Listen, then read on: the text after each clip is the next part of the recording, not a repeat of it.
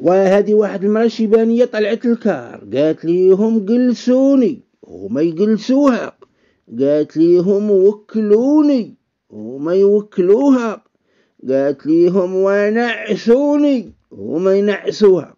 ناض واحد الشيباني قال ليهم وهبطوني، قالوا لي علاش الحاج راه الكار باقي ما وصلش، قال ليهم راه خفت تقول لكم زوجوني تلصقوها فيا. وهذه واحد المرأة على فراش الموت كتقول راجلها بوجمعة وبغيت نعترف لك بواحد الحاجة. قال لها شناهي حادة؟ وقالت لي بغيتك تسمح لي، انا كنت كنلاقي السلوك بينك وبين امك وكنت كنكذب عليها ونقول عليها حوايج ما كاينينش.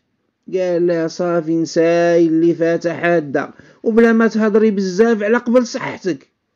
قالت لي ونزيدك انا كنت بالعاني كنغرقك في الكريديات باش عمرك تفكر تزوج عليا.